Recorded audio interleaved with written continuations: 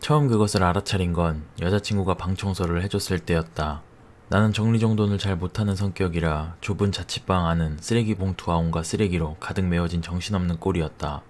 결국 종종 방에 여자친구가 찾아와 청소를 해주곤 했었다. 그날도 평소처럼 나는 여자친구와 함께 방 청소를 하고 있었다. 나는 그녀와 반대쪽에서 청소를 시작했다. 책이나 소품을 책장이나 책상에 가지런히 정리하고 가끔 그녀가 잡동사니를 들고 오면 필요한 건지 아닌지를 말해주는 사이 어느새 방은 조금씩 정돈되고 있었다. 그리고 그때 여자친구가 그것을 발견했다. 저기, 그녀가 가리킨 것은 잡지와 비디오 테이프 같은 것에 가려있는 콘센트 안쪽이었다. 상당히 긴 머리카락 한 개가 콘센트에 꽂혀 있었다. 이거 누구 머리카락이야? 나에게 친구라고 남자밖에 없다는 걸 아는 터라 여자친구는 나를 의심의 눈초리로 쏘아보았다. 그렇지만 나에게 그녀 외의 여자를 방에 데려온 기억은 없었다. 그녀가 계속 의심을 풀지 않고 나를 째려보았기 때문에 나는 콘센트에 꽂힌 머리카락을 잡았다. 머리카락은 미끄러지듯 풀려나왔다. 뜨뜨득. 기분 나쁜 감촉에 나는 나도 모르게 손을 놓아버리고 말았다. 마치 진짜 사람 머리 가죽에서 머리카락을 뽑은 것 같은 사실적인 느낌이었다. 긴 머리카락은 깨끗한 백지에 잉크가 떨어지듯 하늘하늘 바람에 흔들리며 바닥에 떨어졌다. 나는 나도 모르게 그 콘센트 구멍을 들여다보려 했다. 하지만 그 안은 당연하게도 캄캄해서 하나도 보이지 않았다. 그리고 다음날 아침 나는 새파랗게 질려 있었다. 전날 나는 콘센트 따위는 까맣게 잊고 청소를 마친 뒤 여자친구와 노래방에 가서 놀았다. 거기서 과음했던 탓인지 나는 방에 돌아오자마자 죽은 것 같이 잠에 빠져 있었다. 눈을 떴을 때는 전철 시간이 코앞이었다.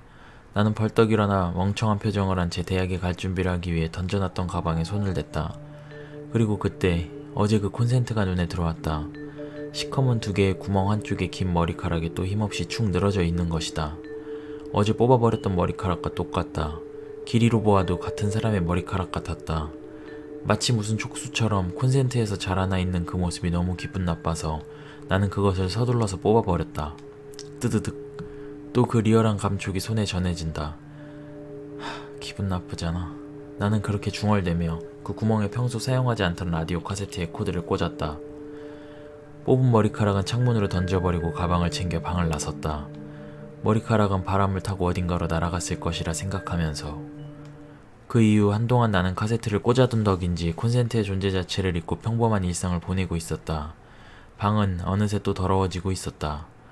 이불 옆에는 보고 던져놓은 만화책이 산처럼 쌓이고 어느새 여자친구가 와주기만을 기다리고 있었다. 빈 공간을 쓰레기통인 마냥 쓰고 있었다. 쓰레기통은 이미 가득 차버린 지 오래였고 나는 쓰레기가 손에 잡히면 쓰레기 봉투에 직접 던져버리고 있었다. 그리고 처음 머리카락을 발견하고 한 달쯤 지났을 때였을까? 밤중에 갑자기 울려 퍼진 소리에 나는 눈을 떴다. 뭐야. 괴로워하면서 불을 켜보니 콘센트에 꽂은 뒤 방치해뒀던 라디오 카세트에서 드르륵거리며 기묘한 소리가 나오고 있었다. 쌓아둔 만화보다 훨씬 뒤편에 있던 카세트가 보이는 게 이상하다 싶어 자세히 봤다. 어째서인지 주변에 쌓아뒀던 책들이 무너져서 주변에 뒹굴고 있었다. 라디오 카세트는 아직도 부서진 것 같이 묘한 소리를 내고 있었다. 나는 다가가 카세트의 전원 버튼에 손을 올렸다. 그리고 그제야 나는 알아차렸다. 전원은 이미 꺼져 있었다.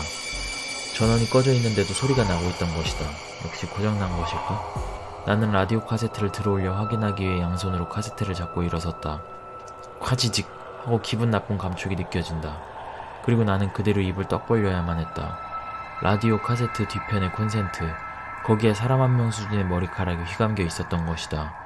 나는 놀라서 카세트를 그대로 힘껏 당겨버렸던 것이다. 뜨드드드득.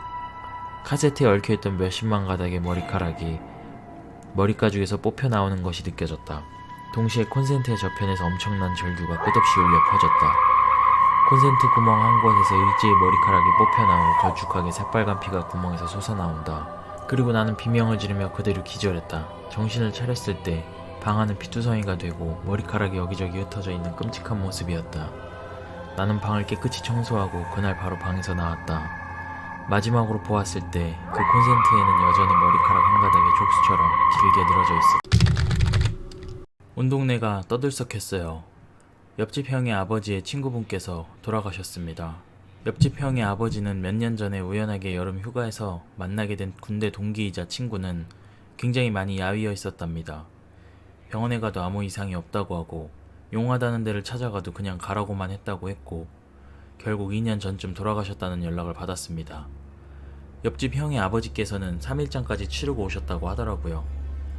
그때부터 아주 키가 크고 못생기고 주걱턱인 여자가 빈정대듯이 아저씨를 쳐다보고 웃는다고 하셨대요. 처음엔 아주 멀리서 눈이 나쁜 사람은 잘 알아보기도 힘들 정도로 흰 잠옷 같은 원피스를 입고 쳐다보는데 다들 그냥 개꿈일 거라고 그만하라고 그랬답니다. 근데 점점 몸은 악화가 되었고 아저씨는 옷이 점점 어두운 색으로 변하면서 가까워지고 있다고 했답니다. 식구들은 소름 끼치는 이야기 하지 말라고 밥 잘 먹고 왜 쓸데없는 소리를 하냐며 대수롭지 않게 여겼고요. 그러던 어느 날 아저씨가 밤에 보이지 않았고 온 집안을 뒤지니 보일러실에서 벌벌 떨고 있더랍니다. 그제서야 심각성을 알게 된 식구들이 정신병원에 보냈고 아저씨는 병원에서 2년 동안 치료를 받았습니다. 아저씨는 많이 좋아지셨고 그 여자도 보이지 않는다고 해서 집에 모시고 왔는데 그날 저녁부터 또 시작되었답니다. 2년 전 병원에 가기 전보다 훨씬 더 심하게요. 손을 뻗으면 닿을 정도로 가까이 와 있고 이젠 너무 새까만 옷을 입고 있다고 하더라고요. 집터가 안 좋은 건가 싶어서 여러 번 이사를 했지만 아무 소용이 없었습니다. 병원에 다시 보내야 하나 어떻게 해야 하나 하다가 결국 구술했는데 아저씨는 구술한 저녁 이젠 바로 옆에서 서 있다면서 아이처럼 엉엉 우시더랍니다.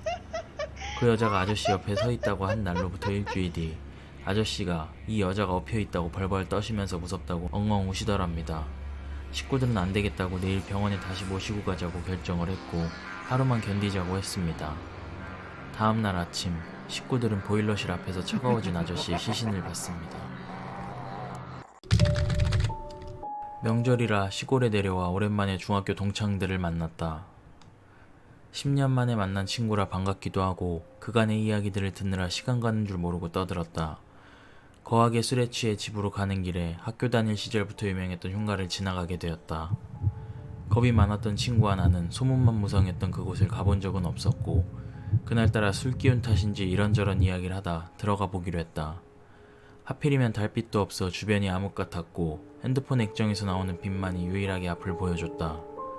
거실을 지나 안방으로 들어가는데 갑자기 현관에서 인기척이 느껴졌다.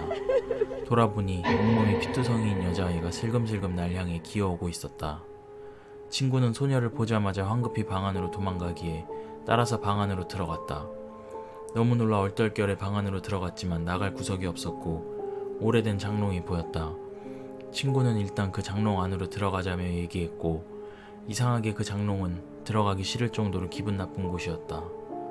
하지만 친구는 계속 괜찮다며 들어가자고 했고 그 순간 핸드폰이 울렸다.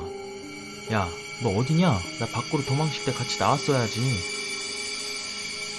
지금 내 옆에 있는 건 누구지?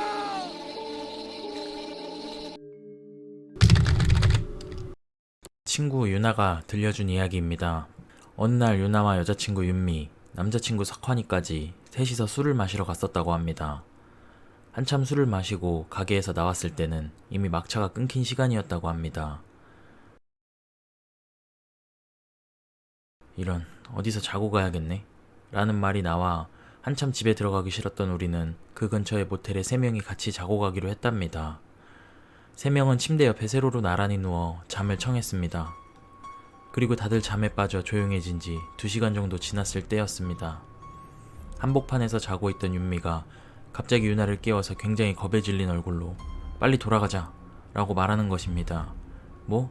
지금 막 누웠잖아 라고 유나는 투덜댔지만 윤미는 부탁이니까 돌아가자. 이유는 이따가 말해줄게. 꼭 자고 싶으면 나 혼자 갈 거야 라고 몇 번이고 말했다는 겁니다. 그 모습이 분명히 범상치는 않았기 때문에 유나는 주섬주섬 일어나서 옆에 놓은 석환이를 깨웠다고 합니다.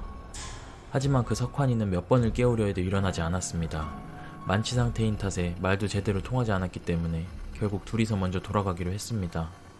그리고 차차 시간이 될 때까지 주변 편의점에서 시간을 때우고 있는데 갑자기 윤미의 휴대폰이 울렸습니다. 전화를 건 것은 모텔에 남겨두고 온 석환이었습니다.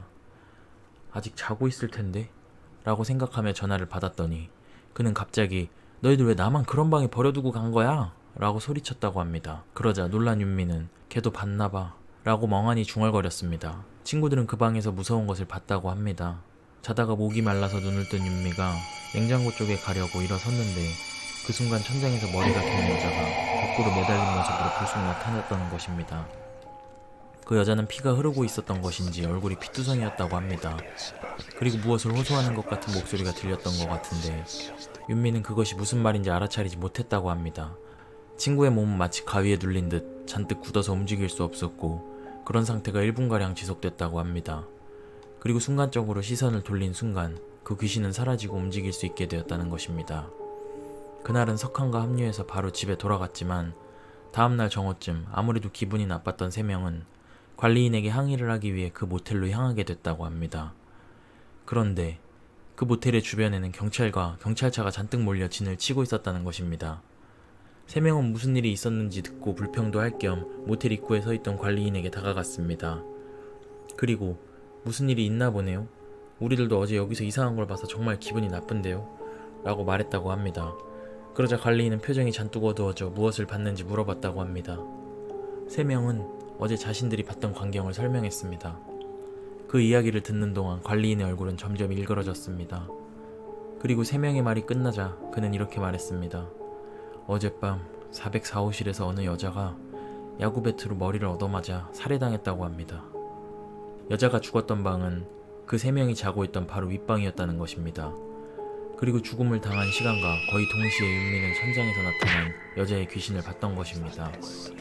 그 이야기를 들은 순간 3명은 온몸에 소름이 끼쳐서 바로 그 호텔에서 도망치듯 돌아왔다고 합니다. 아마 천장에서 나타났던 여자의 귀신은 생령이 아니었을까 생각해봅니다. 도와달라는 강한 생각이 그런 모습으로 아랫방에 나타났던 것은 아닐까요?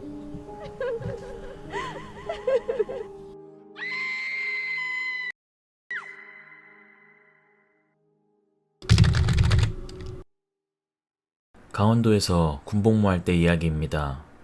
야간에 2시간씩 2인 1조로 위병소 혹은 탄약고에서 근무를 섰습니다. 이 일은 제가 탄약고에서 야간 경계 근무를 설 때 일입니다. 그때는 한겨울이었고 새벽 1시가 훌쩍 넘은 시간이었죠. 제가 군복무했던 강원도는 눈이 정말 많이 내렸습니다. 그날 밤도 어김없이 펑펑 눈이 내렸습니다. 그 당시 상병이었던 저는 보통 선임 근무자로 근무 투입되었지만 그날은 부대 내에 휴가자가 많다 보니 불가피하게 후임 근무자로 근무에 투입되었습니다. 거기다가 설상가상으로 말년병장과 같은 조가 되었죠.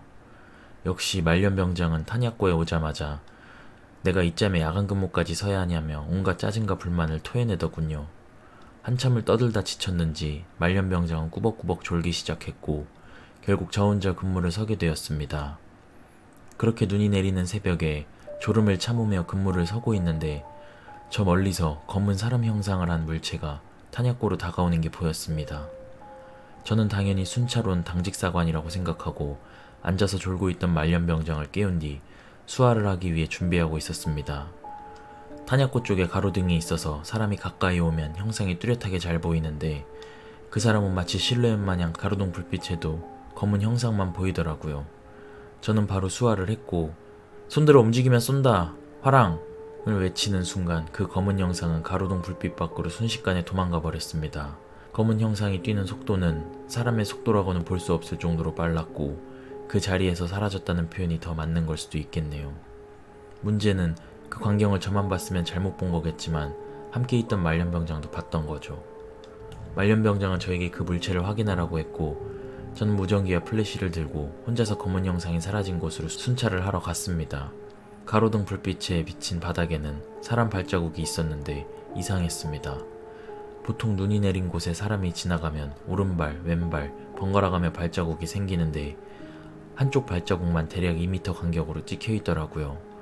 말도 안 되는 일이라 정말 무서웠지만 선임한테 혼나는 게 더 무서웠던지라 발자국을 계속 따라갔습니다. 발자국은 창고 사이로 이어졌어요. 탄약고 옆쪽에는 창고가 하나 있는데 창고 사이편으로 발자국이 끊겼고 주위에 찾아봤지만 어둠뿐이었습니다. 그 순간 어둠 속으로 빨려 들어갈 것만 같은 무서움에 다시 가로등 밑으로 뛰어갔습니다. 그런데 아까 봤던 발자국은커녕 제 발자국 외에는 아무것도 없더라고요. 눈에 찍힌 발자국이 아무리 눈이 많이 온다 한들 눈보라가 치지 않는 한 쉽게 사라질 수가 없습니다. 헛것을 본 건가 싶어 초소로 들어가니 말년병장이 저를 보더니 미친듯이 비명을 지르다 픽 쓰러지더라고요. 다행히 근무교대 5분 전이라 근무교대자들이 와서 있었던 일들을 인수인계 한 다음 말년병장은 의무대로 보냈습니다. 저는 당직사관에게 상황 보고를 마친 뒤 생활관으로 돌아왔고 저를 보며 기겁했던 말년병장의 모습이 생각나 잠을 이루지 못했습니다. 다음날 의무대에 있는 말년병장을 찾아가 기절한 이유를 물었습니다. 이야기는 이랬습니다. 제가 순찰하러 가로등 밑으로 간 순간 말년병장의 눈에는 새하얀 형체가 제 뒤를 따라다니는 게 보이더래요. 저는 그때 아무것도 듣지 못했는데 선임은 계속 저를 보며 소리쳤다고 합니다. 야야, 네 뒤에 뭐 있어? 일단 그냥 올라와봐. 하지만 제가 그 말을 못 듣고 창고 쪽으로 가다가 다시 가로등 밑으로 돌아왔는데 하얀 형체가 없어졌길래 잘못 본 건 줄 알았대요. 근데 초소로 복귀하는 절 본 순간 기절해버렸습니다. 제 얼굴이 눈은 뚫려있고 코와 입 부분이 없었답니다. 그 이후 말년병장은 근무 투입을 하지 않았고 저 또한 분대장을 달았기에 경계 근무를 서지 않았습니다. 하지만 그 뒤로도 그 탄약고 초소에서 귀신을 봤다는 이야기가 들립니다.